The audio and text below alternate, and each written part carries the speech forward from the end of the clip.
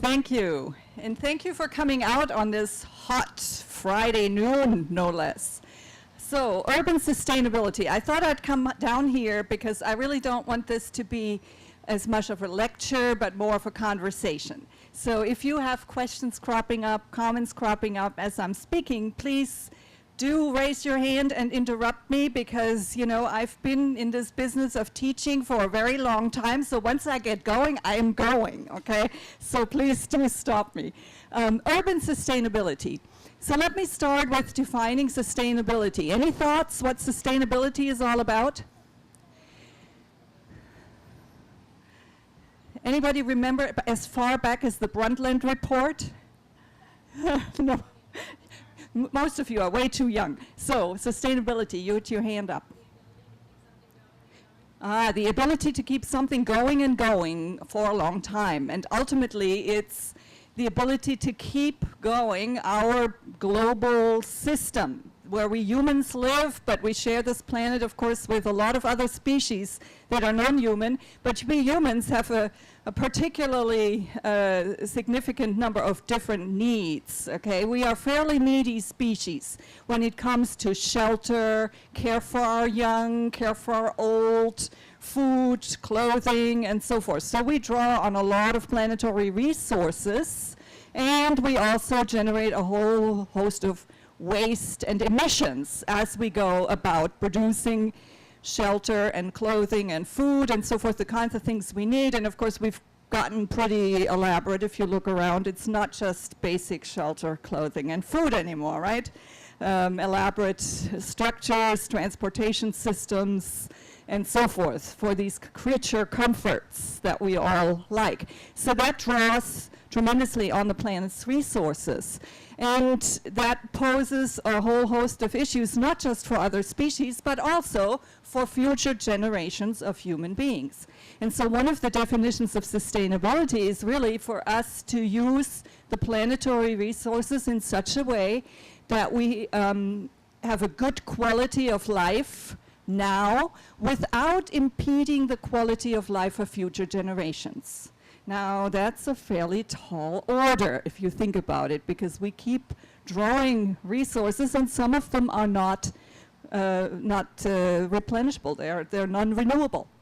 But even when it comes to the renewable resources, it takes some thinking. How do we manage them? So sustainability has often been defined as three circles. Anyone familiar with the Venn diagram? Yeah, it's sort of a depiction of, you have one circle that's labeled the economy, one circle that's labeled society, and a third one that's labeled the environment. And they sort of overlap. That's the idea of the Venn diagram, right? Sort of rings that, or circles that overlap. And typically we say sustainability is at that sweet spot in the middle, where all three circles overlap, where we take care of the economy, take care of society and culture, and take care of the environment. But, you know, I have news for you. I don't really think that's a very helpful concept for sustainability, because after all of these years in working on sustainability, I have yet to find someone who can explain to me which part of that circle that's labeled the economy actually is situated outside of society. And I have yet to find somebody who can explain to me which part of the circle that we label society is actually located outside of the environment. Not really true, right? So think of sustainability more like nested systems. You've got this big, whopping big circle that we label the environment, and in that, nested in that, is what we call society and culture. And inside that is what we might label the economy. So that gives us, I think, a bit more of a more accurate concept of what sustainability needs to be about and what sustainable development needs to be about. We need to be mindful of the fact that what we do in the economy, what we do in society and culture, has implications. There are effects to the environment. There are effects from economic activity to society and culture, and vice versa. So these are what we call nested systems in system theory. They are linked in multiple ways. So that then requires that we think a little bit differently about how we do things and how we might construct our economy and economic institutions and so forth. Now, why urban?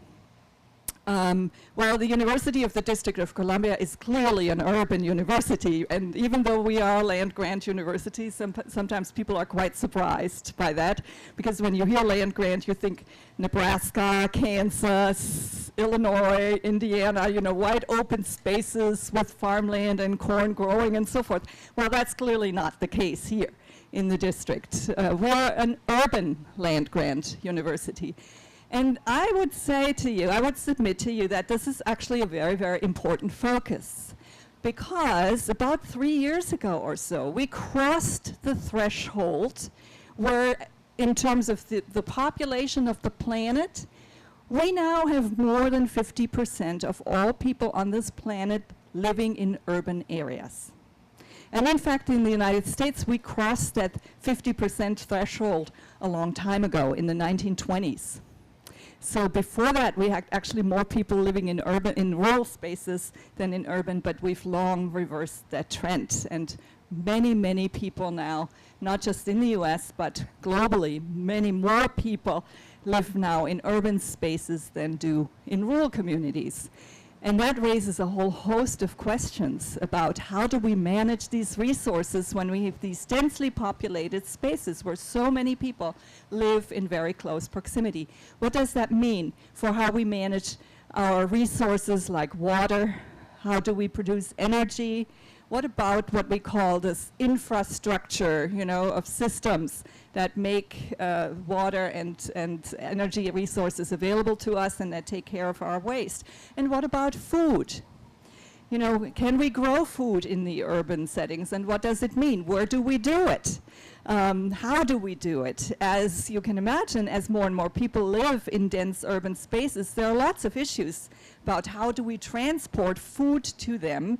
And if that transportation becomes more and more impactful in of itself, simply because the distances grow and the number of people we have to sustain in urban spaces grows. So that raises all kinds of questions about food security, food safety, safe food handling. Things spoil in transportation routes, and in fact, sometimes we simply want fresh things that haven't traveled for the last 2 weeks, but that come fresh to our table. So what we do, we look at all of these interlocking issues at the university, and part of what makes up the College of Agriculture, Urban Sustainability and Environmental Sciences are such programs as urban agriculture, gardening. We have a master gardening program. We teach people how to grow up rather than out, vertical gardens. I see my colleague Valella here, who is responsible for one of our water programs, and rain gardens. But you know, to show people, to teach people how we can grow food on fairly limited space by growing up and intercropping, meaning that we grow layers of things rather than sort of spreading it out sideways. We also have a fairly sizable program in nutrition science and dietetics. Because one of the things that we found, did you know, by the way, that in the District of Columbia now we have 38 farmers markets? Isn't that something? That's quite a story, right? And we have one right on the edge of the university campus on Connecticut Avenue by the UDC metro station. And those farmers markets are quite popular. But of course, we also have a very interesting situation as an urban space here in the district, and this is not uncommon for other urban spaces around the world. This urban space that we call Washington, D.C. is very bifurcated.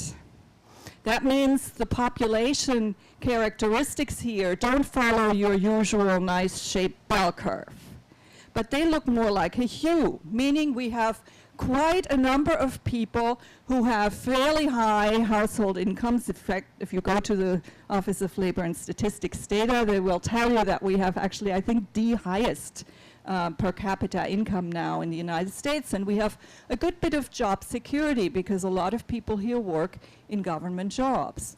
But on the other end of the spectrum, we also have populations that are very low income. In some of our wards, Ward 7 and 8, we have over 30% unemployment. And we have very, very low per capita incomes. And in some of our communities, you know, what some people might sort of think of as normal, well, you have a farmer's market, that's where you go on the weekends, and then you do your shopping, and then you take it home, and you prepare all this wonderful fresh produce. Well, there are a lot of pockets within our urban populations of people who have absolutely no clue what to do with it. In fact, they've never seen a yellow squash live, okay? They've seen it maybe mushed up for, you know, squash pie in a can. Now, that's to no fault of their own, because they just didn't grow up with those traditions.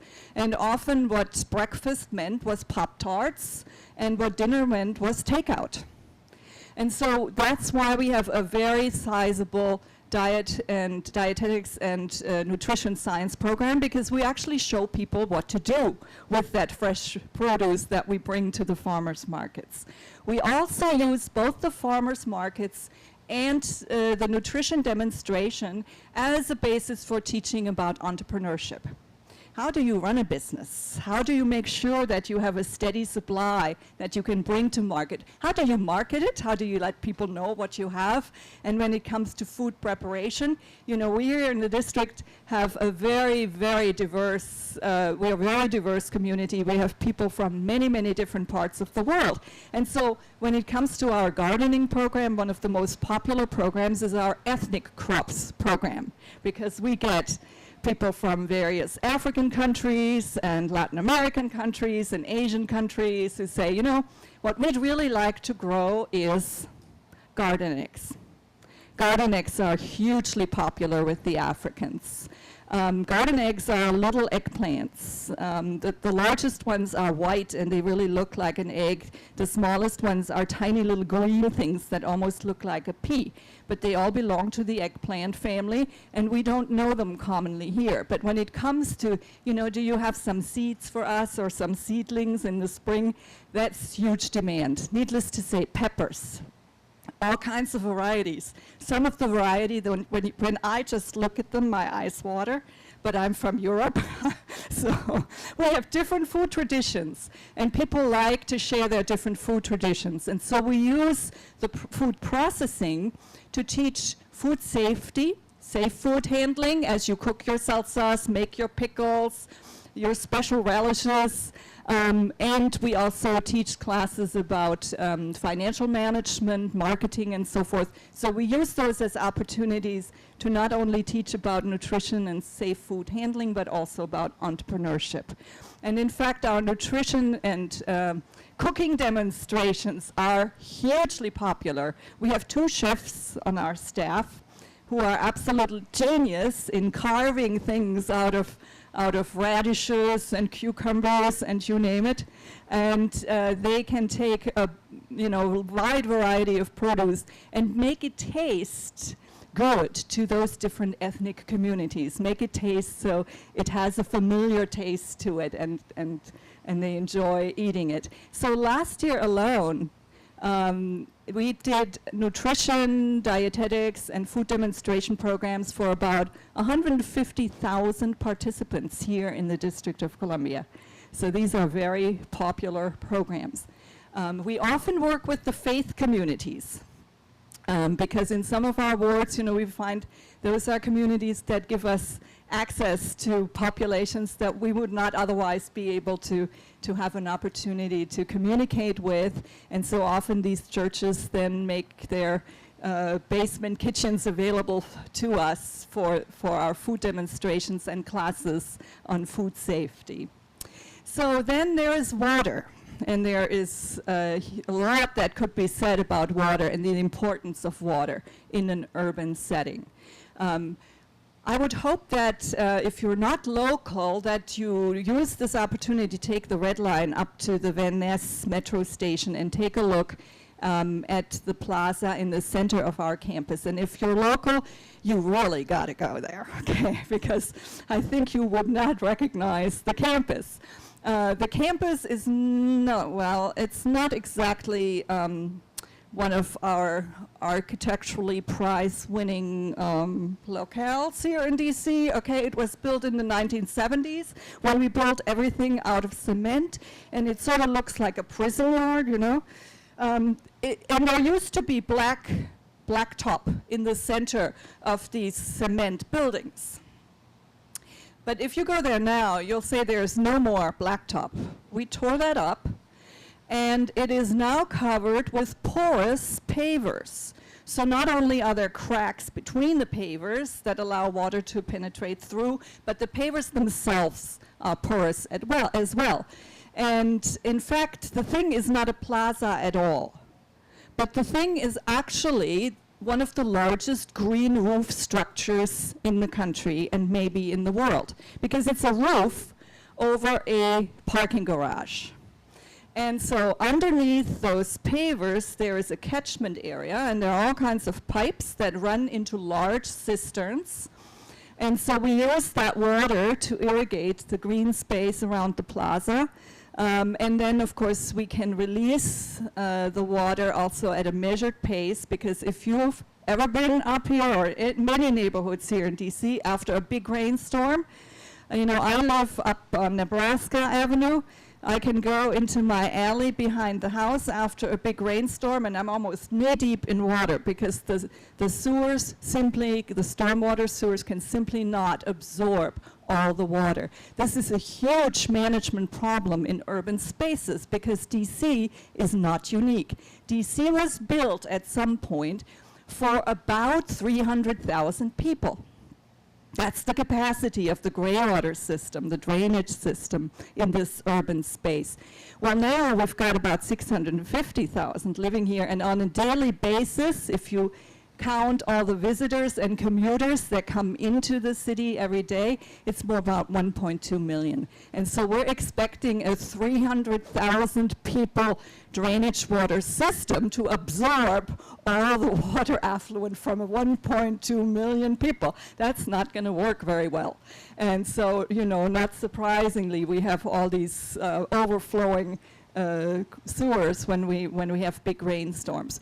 So the way we can deal with that, of course, is to create more porous surfaces. And of course, urban spaces are really characterized by having a lot of unpermeable surfaces. And so we really need to change that. And so the plaza is one of the demonstration projects we have to show people how to tear up their blacktop on their driveway and to put porous surfaces in so the water can be absorbed much more readily.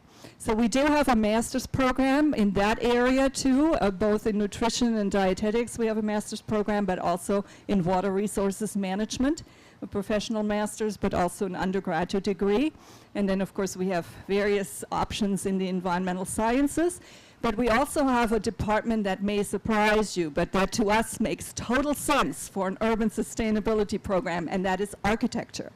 So the Department of Architecture with a strong focus on green architecture, and that again links with growing food in urban spaces, right? Green roof structures that can be used for growing things, but also have cooling effects. So we also do a lot of work on that, as well as on the intersection between built spaces and outdoor spaces. So you might say between people and nature, right? What does that look like in our different urban communities? So I feel like I've given you a lecture, even though I told you I wouldn't do so. So any questions, any comments? I've bombarded you with a lot of information here. Yes, please.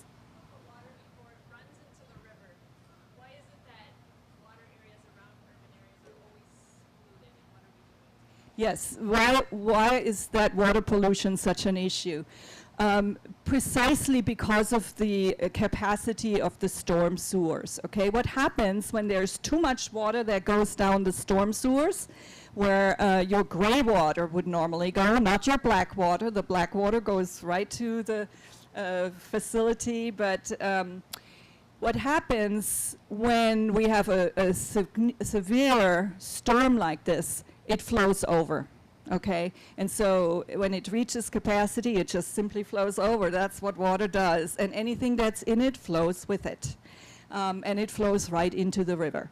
And you can see that in the Anacostia, you can see that in the Potomac, that after a severe rainstorm, you got the plastic bags and everything that was in the way as we were trying to absorb this massive overflow of water and not enough capacity to have it go through actually the stormwater sewers. So yeah, that's the problem. So there are plans in place too for the district, of course, to construct large holding cisterns to be able to manage water flow more appropriately for the number of people we have now living in the district.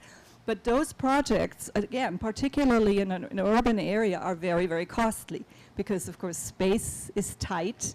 And as you can tell, we've already gone down and up, right? So we can't go sideways. And so to manage all of that in a dense urban space is no trivial matter.